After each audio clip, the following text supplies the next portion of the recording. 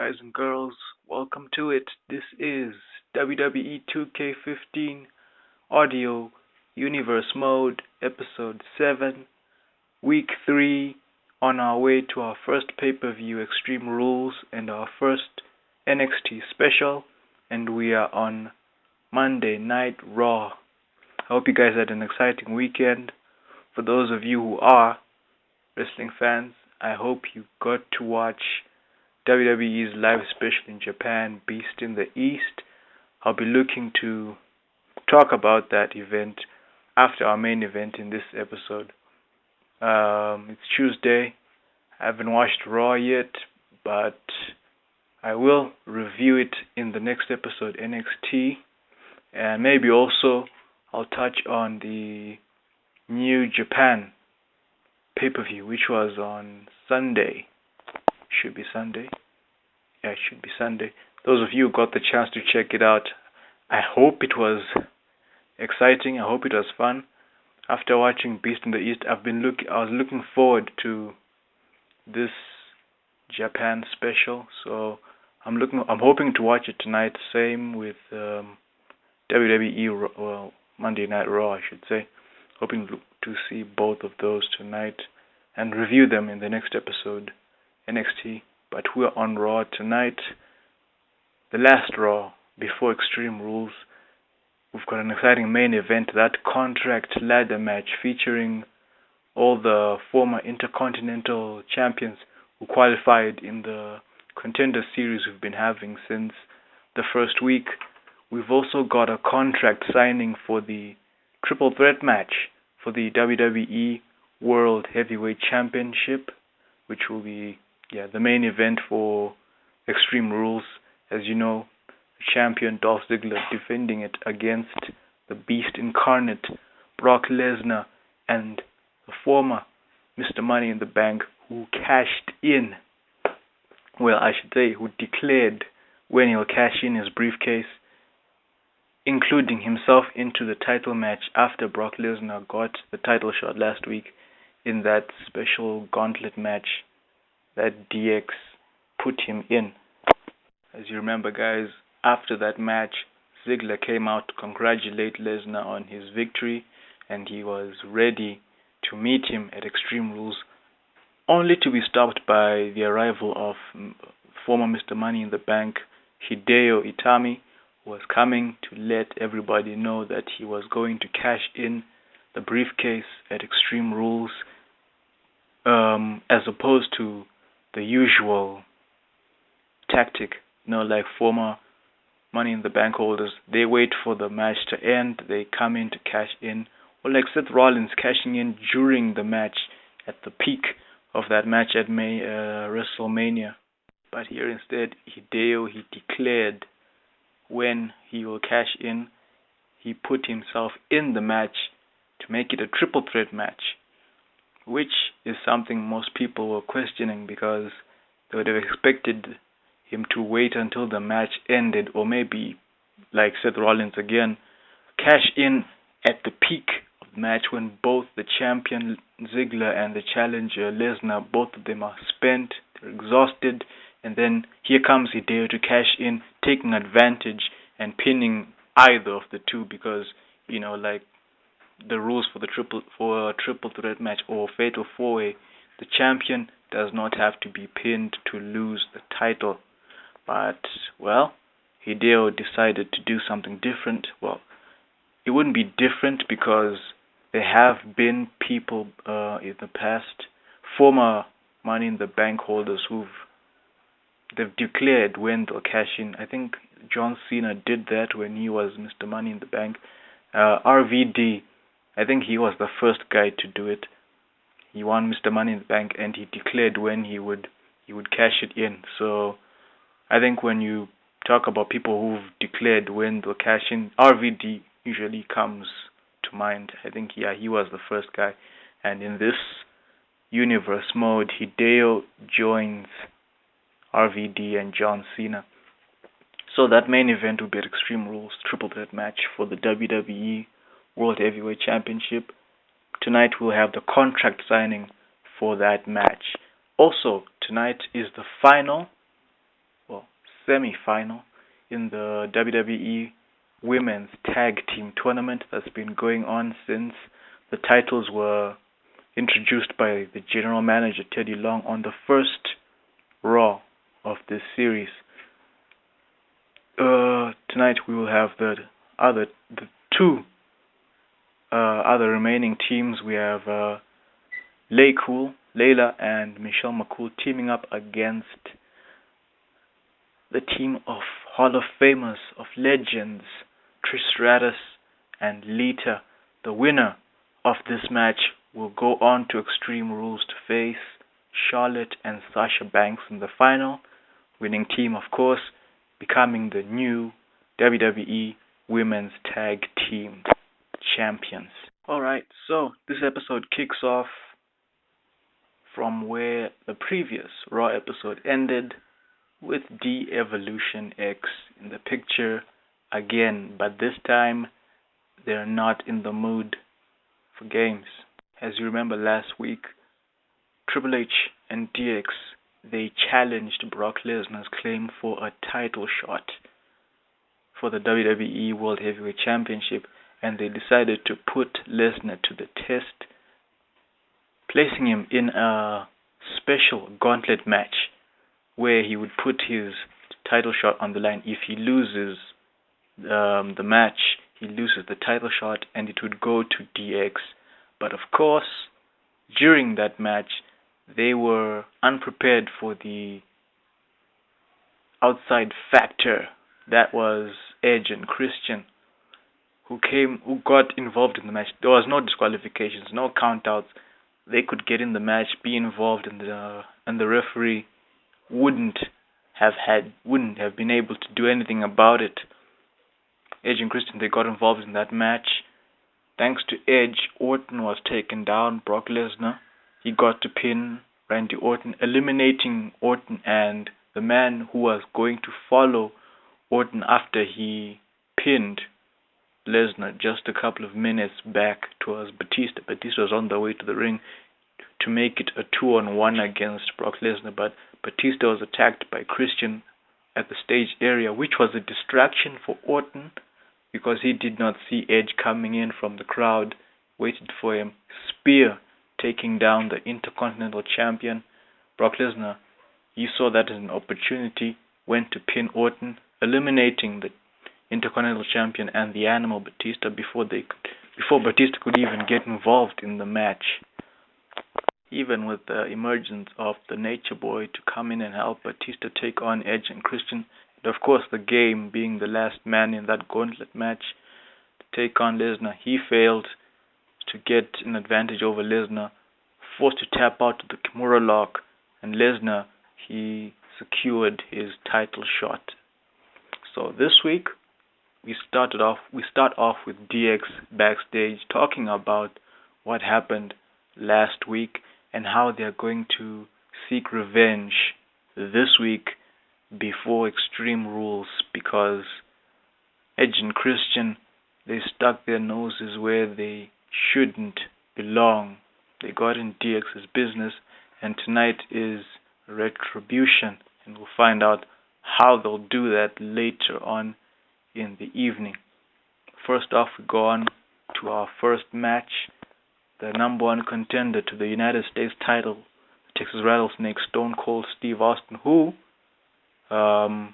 revealed, I think, last night on Raw, or most people found out before Raw anyway, that he's on the cover of the next game, WWE 2K15, 316, I would call it.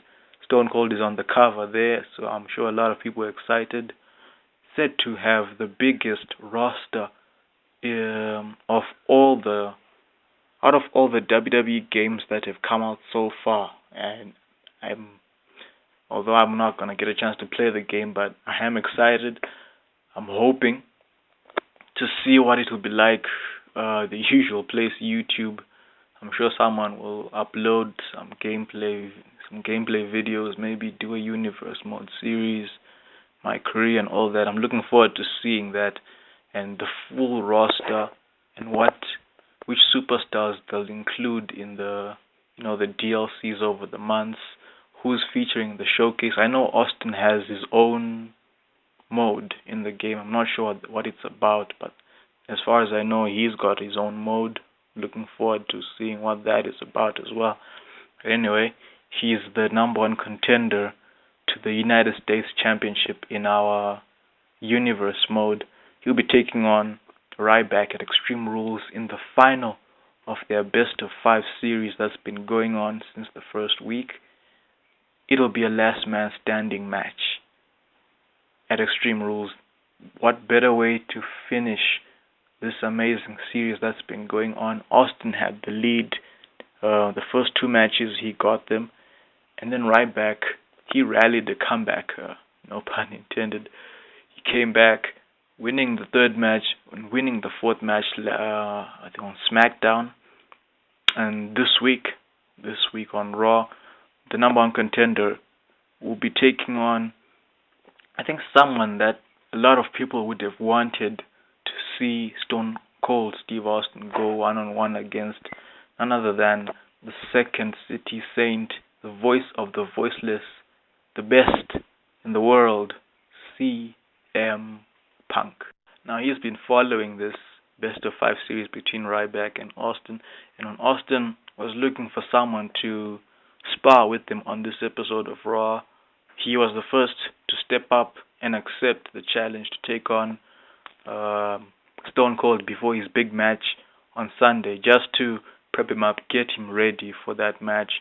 And that was it. This match, it was a spar match. It was fair game, evenly matched, back and forth action.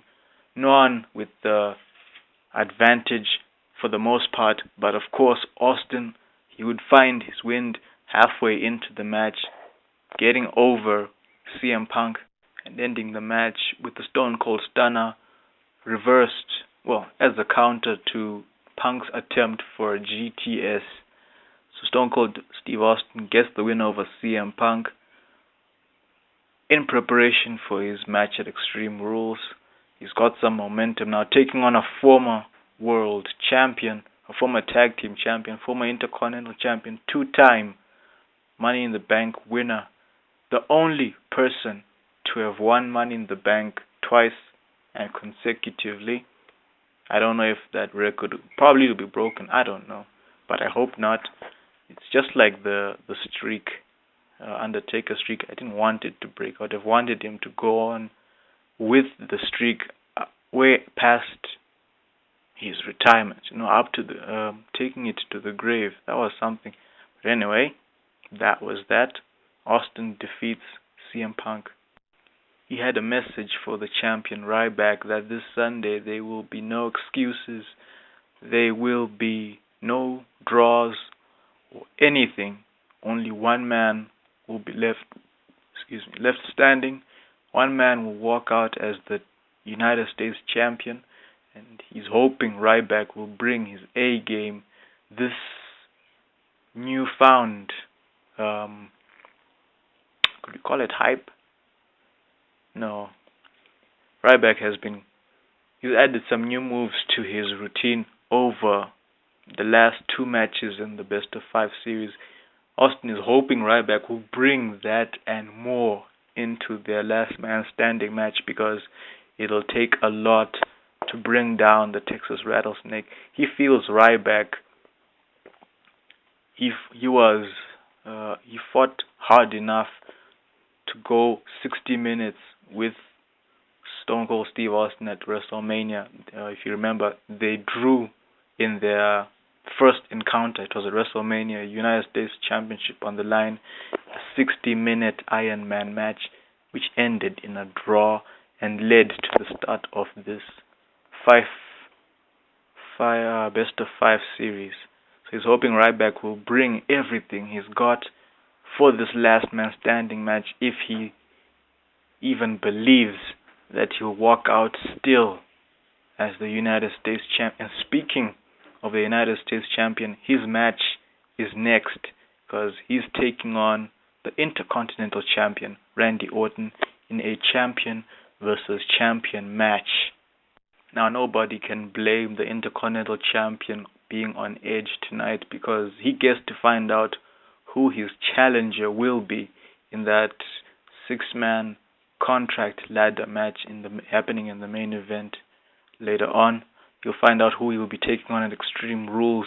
So he comes into this champion versus champion match edgy, upset, he's moody, the ref trying to get through to him, but he's not in the mood for games. He just wants to get this match over with and get Ryback out of the way so he can focus on other business. But the United States champion, he's coming into this match strong. He's coming in heavy.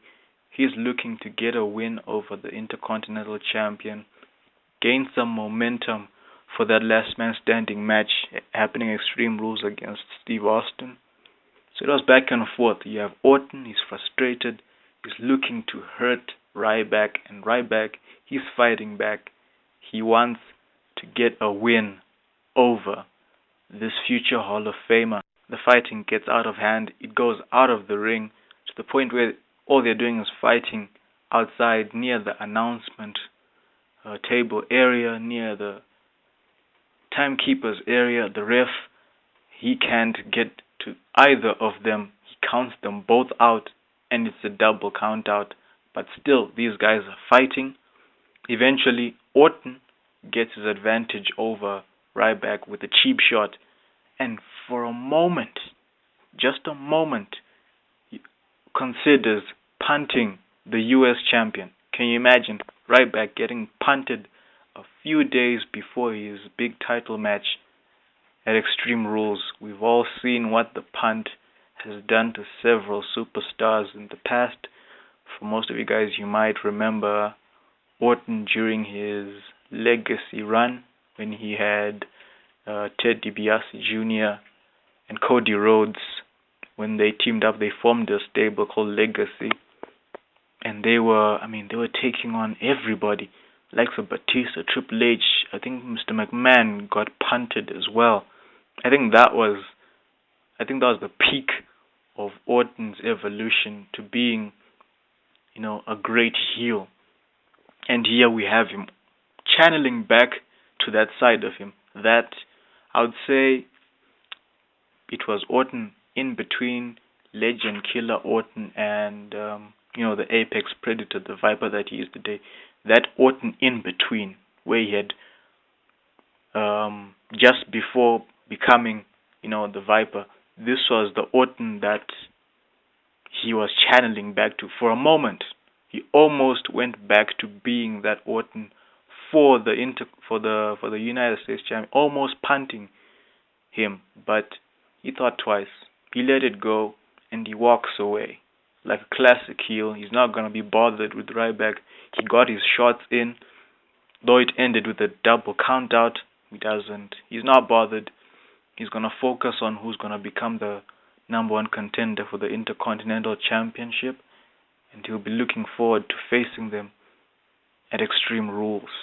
Following that incredible match was a segment featuring our tag team champions Enzo Amore and Big Cass and their rivals, the number one contenders, the former tag team champions, the Primetime Players. They were in the ring talking about this Legends Tag Team Challenge that they started last week on Raw. Now, if you guys remember, last week on Raw, the Primetime Players would kick the challenge off by taking on the team of Hall of Famers, Hulkamania, Hulk Hogan, and the Ultimate Warrior. The Primetime Players, they did their best. They fought hard, but in the end, they came up short, defeated by this team of former world champions, Hall of Famers, legends. And the tag team champions, they were set to prove a point on SmackDown, hoping to have one up over the Primetime Players. But unfortunately, the legends that accepted the challenge against the tag team champions was the team of the Phenom, The Undertaker, and the Big Red Machine, Kane, the Brothers of Destruction. They took on the tag team champions on SmackDown, and they defeated the tag team champions after a hard-fought match from the champions. They fought, they did their best, they tried, to have won over the Brothers of Destruction, but they also came up short, defeated on SmackDown. And tonight, the tag team champions and the number one contenders, they're talking about what happens next. Both of them lost their initial challenges.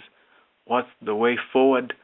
And out comes Hulk Hogan and the Ultimate Warrior, hopefully to give them an answer, maybe to push them forward with another idea, something they could do instead of this challenge taking on established teams who've got years of experience in the tag team division, probably multiple champions, Hall of Famers because of being great tag teams.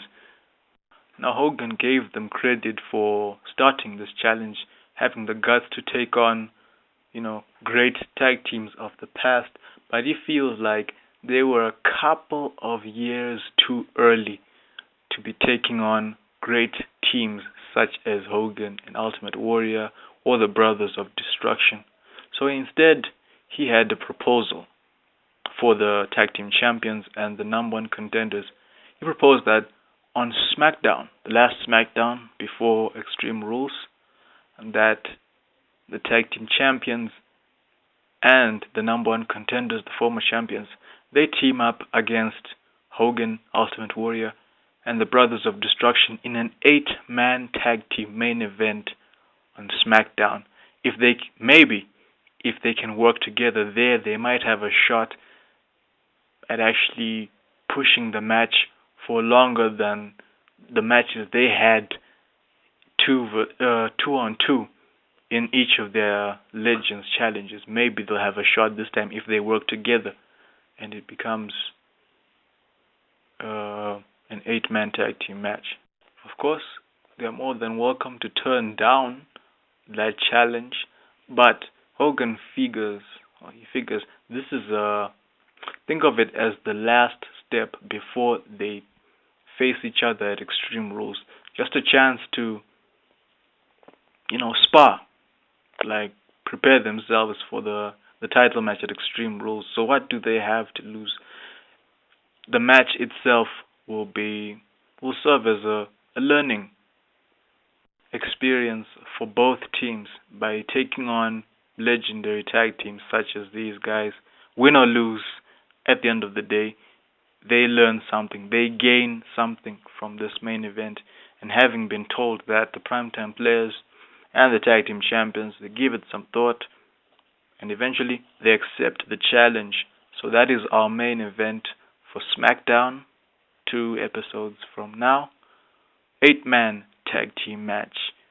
Primetime players, the tag team champions, Enzo Amore and Big Cass. It's a bit difficult to get his name. Big Cass, or let me just call him Colin Cassidy, against the Brothers of Destruction, The Undertaker and Kane, and Hulkamania, Hulk Hogan, and the Ultimate Warrior. Look forward to that, guys. Big main event on SmackDown. Then we move on to our third match, the final, not the final, semi-final in the women's WWE Women's Tag Team Championship Tournament. Layla and Michelle McCool taking on Lita and Trish Stratus, with Charlotte and Sasha Banks joining commentary to watch this epic match between veterans in the Divas division, former Divas champions, I'd say former women's champions as well. I think Michelle McCool was the very first Divas champion, if I'm not mistaken. I don't think she became a women's champion. I would have to confirm. Layla as well. I know she was a Divas champion. Not sure if she became. If she was, probably not. So I would say Lita and Trish Stratus are the only ones in this match who are former women's champions.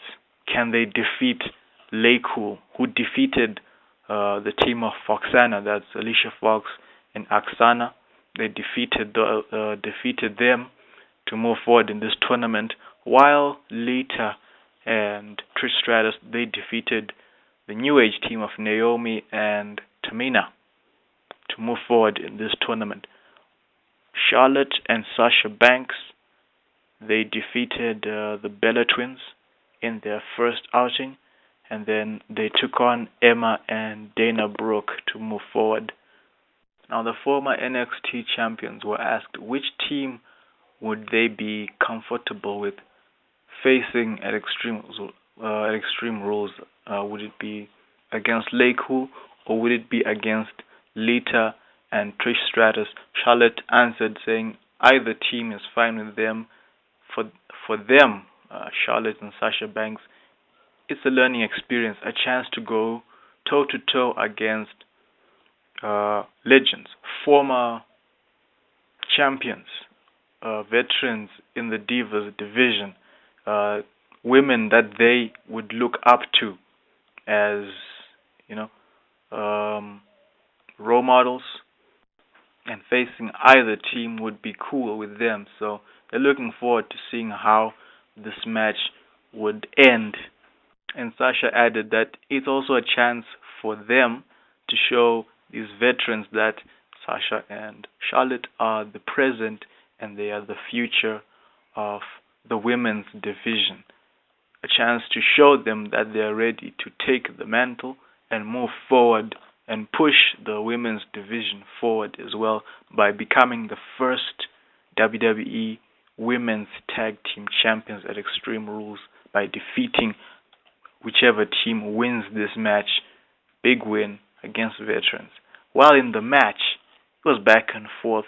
Layla, Michelle McCool keeping up with Trish Stratus and Lita, holding their own against these former rivals who finally decided to put their differences aside and team up for this tournament and hopefully become the next tag team champions. But it hasn't been an easy road because they've taken on some great teams along the way.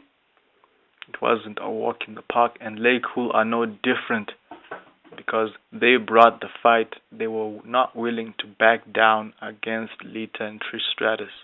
A surprise chick kick from Trish Stratus would be Layla's undoing, who was looking to hit her finisher, I think it's called the layout, on Lita. Michelle McCool tried to save her pal, only to be caught by Lita, who delivered a double Lita DDT on Layla and Michelle McCool before getting the pin on the legal woman, Layla, for the 1-2-3, qualifying for that final at Extreme Rules to be taking on Charlotte and Sasha Banks in what would be an epic tag team encounter within the women's division. Even in real life, I think that would be an awesome match. Charlotte and Sasha Banks against Lita and Trish Stratus. Imagine WrestleMania, right? That match, and if they were tag team championships for the women's division in WWE, even better. Have that title on the line at WrestleMania. Those two great teams teaming up. Now I wonder who's going to team up with Charlotte. I'm sure those of you who've been following NXT, which is funny enough because Charlotte she found Dana Brooke and Emma in the locker room looking at her championship, and they talked to her and they challenged her to a tag team match, and they're like, you can't find who are you going to find to be your partner, because nobody likes Sasha Banks. So I'm curious to see who's going to team up with Sasha Banks, and maybe it'll be Charlotte. That would be interesting. Would have that going on in real life as it happened here in audio universe mode. We had Charlotte, Sasha Banks teaming up. They took on Dana Brooke in this tournament. So if it happens in real life, I'd love to see that match. So yeah, I'm kind of crossing my fingers. I hope it happens. I hope it will be Charlotte. Since Becky Lynch is injured, Bayley, I think she's still out. So yeah, Charlotte might be Sasha Banks' tag team partner. But where will that match happen? Will it happen on a normal NXT episode, or will they save it for TakeOver? Though that's still quite some weeks away. The next TakeOver event, Brooklyn, yeah? Will they save the match for then, or will Sasha Banks be defending the NXT Women's title at TakeOver against who? You wonder. Looking forward. We'll see what happens there. Move on to the next segment. This is where the contract signing for the WWE Triple Threat match. This is where it happens. We have Paul Heyman with the Beast Incarnate Brock Lesnar. We have the champion Dolph Ziggler. We have Hideo Itami, former Mr. Money in the Bank. And we have General Manager Theodore Long to moderate and officiate this contract signing. And of course, the advocate, he just said to remind the champion and the other challenger that Brock Lesnar has taken down any challenge that has been set before him. It doesn't matter how many people are put in front of him, what kind of a match he is put into, he will come out on top. And he believes that it wasn't smart for Hideo to cash in, to declare his cash in for the title match and including himself in the match. Heyman feels he should have been like an opportunist, like Seth Rollins, like Edge. He should have waited until a moment in the match or after the match to cash in. So he said he gives Hideo a warning that he'll probably be the first guy taken out by Lesnar within the opening minutes of that triple threat match at Extreme Rules. The former Mr. Money in the Bank, he counters Heyman, telling him that he made a smart move. He's confident enough to believe that he will walk out as WWE Champion regardless of who's in the match. He has respect for Dolph Ziggler as a champion, as a performer. He's great in the ring. He believes he could have a great match against Ziggler. And as for Lesnar, Hideo tells him that he's not afraid of Lesnar. He'll take him on. He's given him a GTS before. You remember, guys, on the SmackDown where Lesnar, Hideo, and the champion Ziggler, they teamed up against Triple H and the New Age Outlaws in the main event, based on Hideo being attacked by Lesnar on the Raw before. Hideo got his chance, catching Lesnar off guard, hitting him with the GTS, and he assures Lesnar and Heyman that it will happen again at Extreme Rules. So maybe Lesnar might be the guy taken out via GTS within the opening minutes of that triple threat match. That's what Hideo had to say for the Beast Incarnate. Then, of course, the champion, he got his chance to say a few words, believing that Brock Lesnar and Hideo, they're great challengers. He's ready for them. He can take them on in a triple threat match. He can take them on one-on-one. It doesn't matter. He's ready. He's a fighting champion, which I believe Ziggler would be if he was WWE champion. He would be a fighting champion. He assures them that he will not be slacking off. He'll be working twice, if not 3 times as hard, to make sure none of them get a chance to pin him or pin each other and win the title. He will be on their case, and he will walk out of Extreme Rules retaining still WWE World Heavyweight Championship. Before any tension could burst between these 3 guys, General Manager, he got in to remind them they better sign the contract to make it official. The contract is signed, and before these guys could break into a fight, out comes Triple H and DX. And of course, the game, despite losing to Dolph Ziggler at WrestleMania and in their rematch on the first Raw after WrestleMania, and not being able to get one over Lesnar last week on Raw in that gauntlet match, he's got no hard feelings now. He's chilled. He's like, hey, I'll take on whoever will be champion after the dust settles around the 3 of you. He'll be ready. He'll get back into the title picture sooner or later. They just won't see it coming. So that was his warning to them. He'll be waiting for his chance to become number one contender for the championship once again, maybe again with the help of DX. Now, just before our main event, we're taken backstage. Something has happened. The camera crew is there. Find medical personnel, refs, and staff from the back.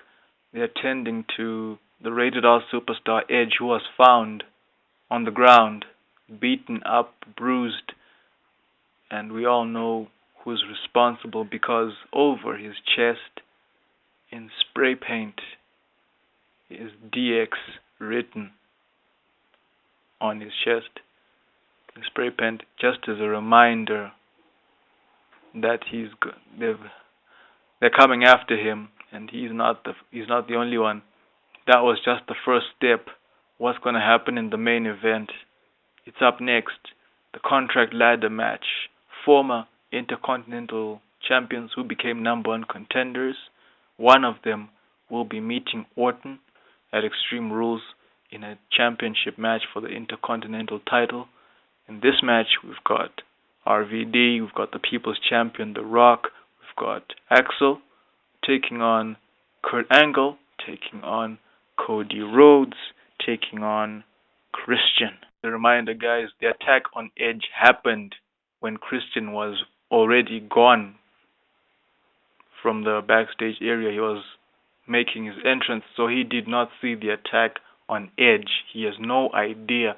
He's coming into this match sure that his friend is safe, believing that his friend is watching him backstage, hoping to see him win get the contract signed and face Randy Orton at Extreme Rules. He has no idea, but Captain Charisma would have a hill to climb if he's gonna win this match, because in this sort of environment, ladders, especially, the one man who had the advantage over everybody else was Rob Van Dam, who had the most opportunities to lay waste to his opponents with the ladder before trying to climb up and get the contract, but his momentum was cut short because someone else would climb up after him, Cody Rhodes, bringing him down, and the fight continued. Of course, there was a moment where The Rock and Kurt Angle, being veterans in this match, although with RVD as well, but Rock and Kurt Angle, they decided to team up, taking on their rivals before taking each other on while they climbed the ladder, hoping to get one over, get the contract, and win the match. But nobody would have the advantage for too long. Everybody had eyes on each other, eyes on the prize, eyes on their rivals. It was back and forth. There was carnage, people falling from ladders, people being hit by ladders everywhere. But some point in the middle of the match, Captain Charisma would get his chance to climb the ladder out of all the chaos with his rivals fighting outside and everything. Captain Charisma, Christian, got his chance to climb the ladder. Halfway up that ladder, out comes DX. And to nobody's surprise, they had their eyes on Christian and they were coming for him. But what they did not anticipate was for the other 5 participants in this match to stand up against DX and take them on. Halfway from the stage area to the ring, DX and these other 5 guys, they collide. These other guys, they collide. But of course, DX, having the numbers advantage, are overwhelming these former Intercontinental Champions. And this fighting served as a distraction for Christian. It's like last week what happened. This was a distraction. Christian caught unaware because coming from the crowd was the Intercontinental Champion Randy Orton slithering into the ring, bringing Christian down from that ladder with an RKO from out of nowhere.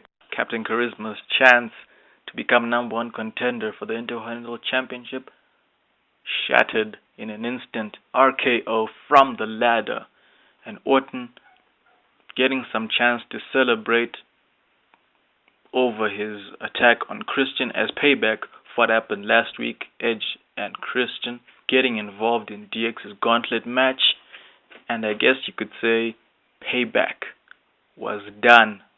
But Orton's celebration didn't last very long because from behind, caught by a former teammate of his, caught by someone who had decided to sneak away from the fighting between DX and the other former Intercontinental champions.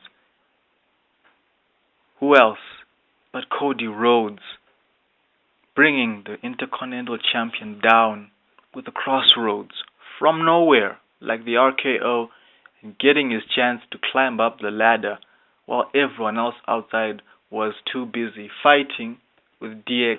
And by the time DX and the other former Intercontinental champions realized what had happened, Cody Rhodes had gotten the contract, signed his name on the dotted line, winning the match and guaranteeing himself a championship match against the man he has just taken out, Randy Orton, at Extreme Rules.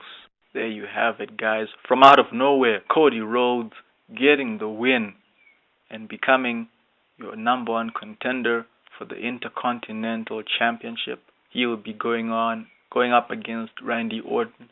They've clashed before in the past. They were teammates.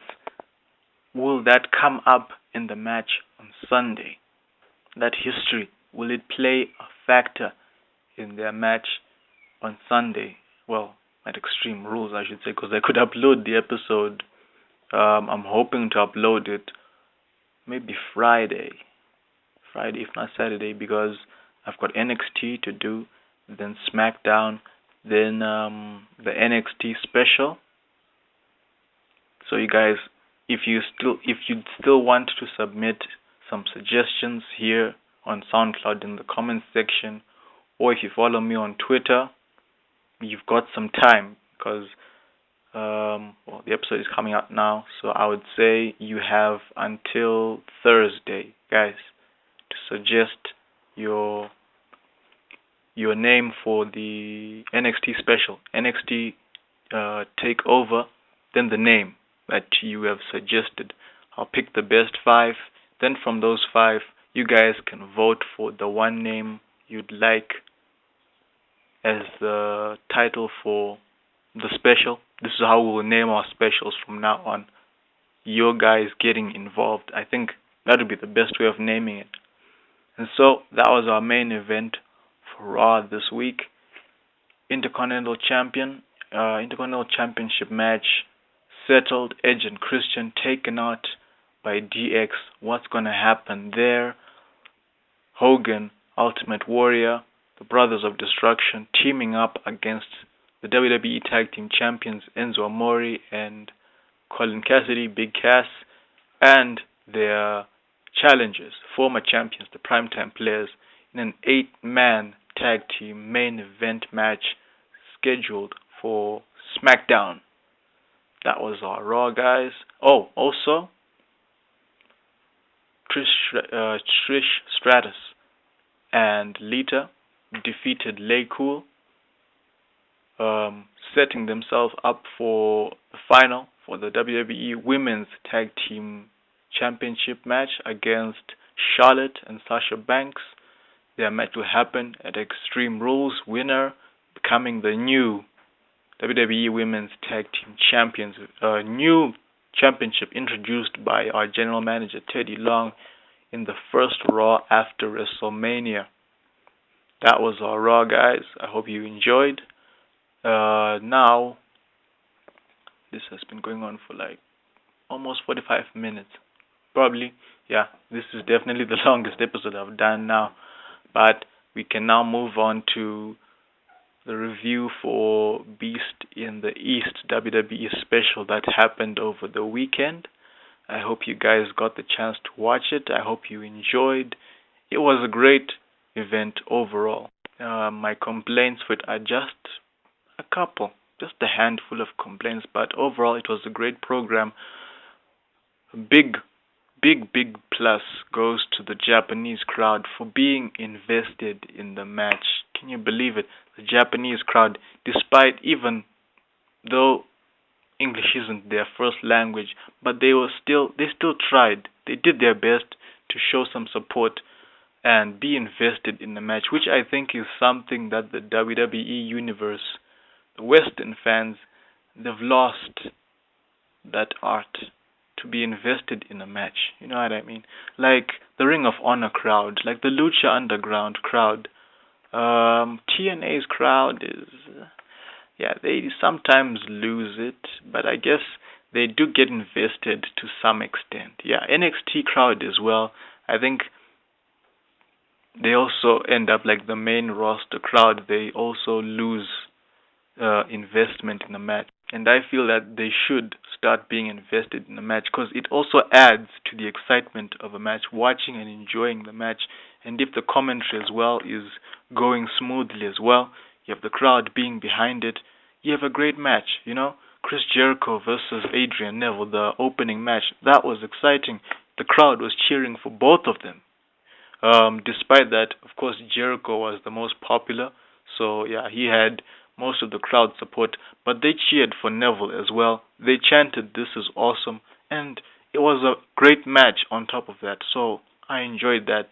The Divas match, I'm sure most people might have thought was okay. Other people, maybe they didn't like it, but the Japanese crowd was behind that as well. They cheered for Tamina.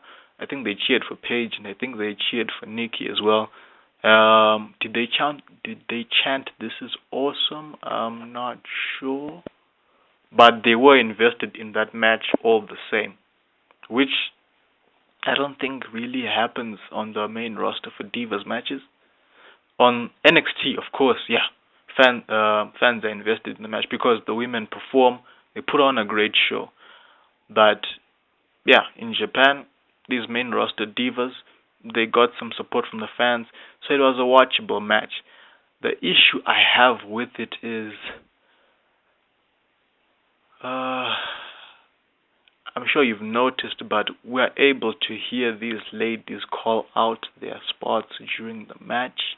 I'm not sure what's going on there, why WWE hasn't picked that up and sorted it out, because it kind of makes the match hard to watch because you're hearing these ladies talk about what they're gonna do next, and you're like, hello, we can hear you.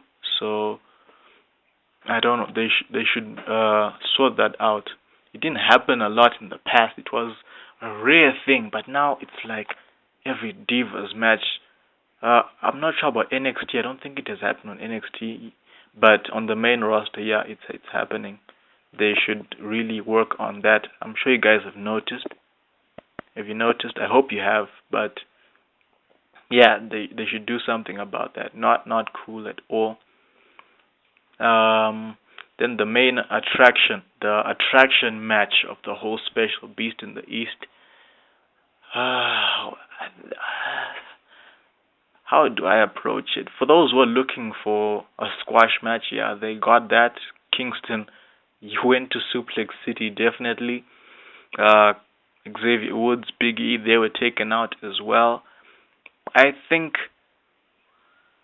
it should have been Lesnar versus the New Day as compared to Lesnar against Kofi Kingston. I don't think the hype for that match uh, fit what we got in Japan. That's what I think. The hype, yeah, it wasn't worth the hype that WWE had put into it because at the end of the day, that match wasn't even the main event, and it wasn't as big as WWE made it to be because I think Beast in the East, either it should have been Lesnar against the New Day or Lesnar against someone who could actually give him a fight, someone big, a big superstar. That's what should have happened. If they weren't gonna put it in the main event or anything, or like what happened, they should have done more with it.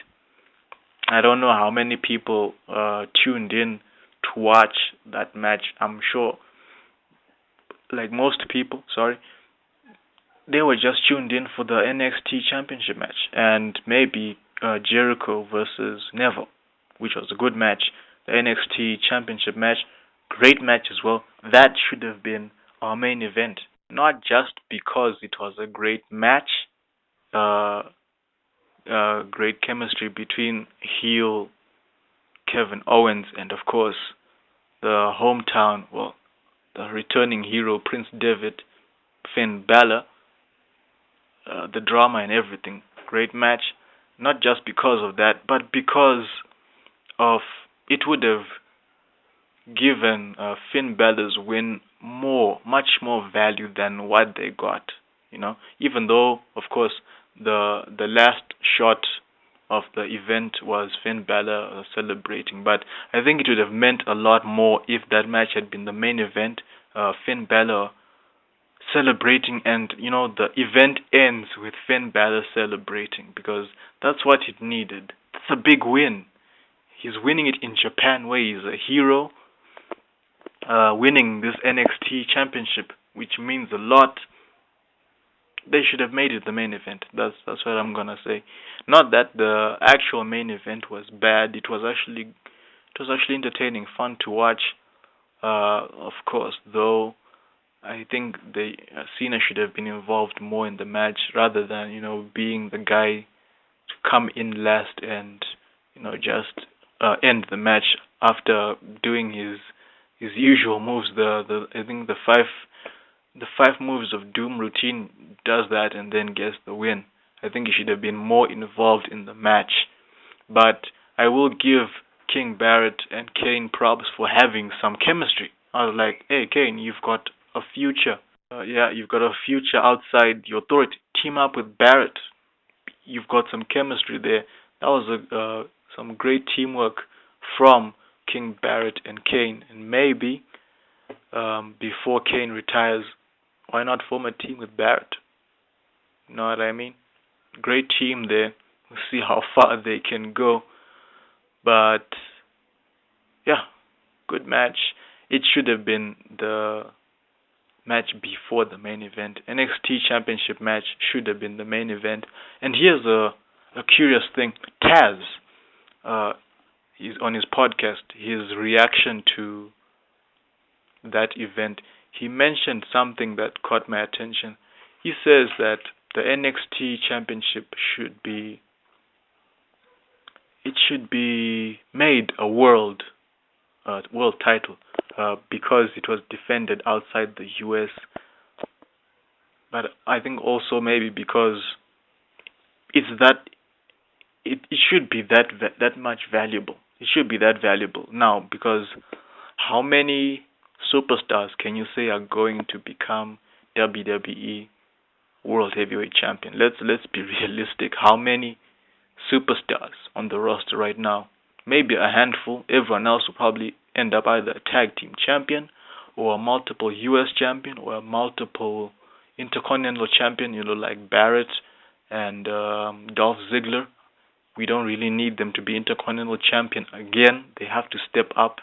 And I think what Taz says about the NXT being treated like a world title, I think that would be a good idea because imagine the NXT title being defended on the main roster on SmackDown, on Raw, and mid-carders on the main roster are fighting for the NXT title, right? You have the title swapping between NXT superstars and mid-carders on the main roster.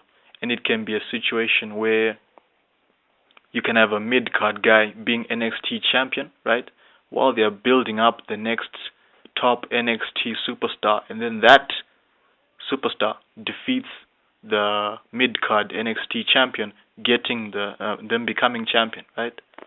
And then if they're gonna move up to main roster, hopefully they move up to main roster, then maybe another mid-card guy, he becomes NXT champion, holding on to it until the next NXT superstar is built and is ready to be NXT champion. They defeat the mid-card guy for the title and then become champion.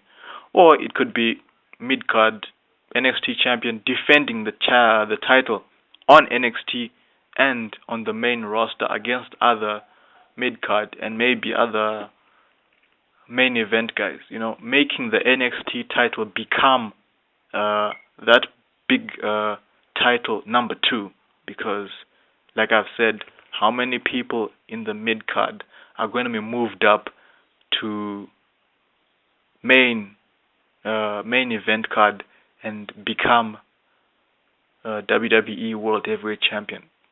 I don't think a lot. Most of these guys might not become, which is why I feel they shouldn't have united the WWE Championship and the World Heavyweight Championship. They should have kept the big gold belt around, because at least the likes of Cesaro, Kofi Kingston, Bray Wyatt, who else? Dean Ambrose, maybe, Damian Sandow. These mid card guys who end up doing really nothing in mid card, either stuck in useless matches and feuds and stuff. They would have at least been World Heavyweight Champion at least once. But now that there's one big title to chase, that chance of being World Champion, it shrinks even more. So Taz's idea, what he said about the NXT title, I like it. I think WWE should do something about that. Make the NXT Championship go beyond NXT. Make it feature on main roster. Give these other mid-carders a chance with it, a go with it. Allow them to elevate the NXT Championship. And I don't think it would hurt NXT talent as well, because the next NXT top star defeats a mid-card guy who's NXT champion to become NXT champion. That would mean a lot. You've defeated someone who's on the main roster for that NXT title. That's just my idea, borrowed from Taz's what he said. What do you guys think? NXT Championship, should it be treated like that, or should it just remain NXT's property? I should say it should remain on NXT, but I'd argue like Kevin Owens, he's on main roster. He defended the NXT title on the main roster. So why can't someone else do the same thing? Maybe they'll do that with Finn Balor. We'll see. But congratulations to him. I'm looking forward to seeing what he'll bring to the table as NXT champion, and maybe will we see Hideo turn heel? I'm sure most of you may have noticed Hideo didn't look too pleased during that match, and when Finn Balor won. What did that mean? Will he turn heel on Finn Balor? If he does, what kind of heel will he be? I'm looking forward to seeing what happens with Hideo now that Finn is champion. Will he turn heel? And what kind of heel will he be? And if he does turn heel, will his feud with Finn Balor be the last big feud between them before Finn Balor moves up to main roster? I'm not sure if Hideo and Kevin Owens will have a feud, since Kevin Owens has probably moved up to main roster. So Hideo, Finn Balor, what happens there? Looking forward to that. Thank you guys. Almost an hour now. Longest episode we've done so far. I hope you enjoyed the Raw. Hope you enjoyed the look on Beast in the East. Next up is NXT. Hopefully I'll touch on Raw there. Then after NXT we've got SmackDown. Then the NXT special. And then Extreme Rules. Look forward to that. Thank you guys.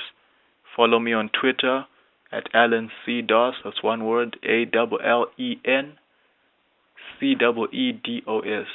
Alan C. Doss on Twitter. You can post your comments here on SoundCloud or on Twitter. Either way, I'd like to hear what you guys think, what you have to say about anything wrestling related. Looking forward to it. So thank you guys. See you on NXT. Peace.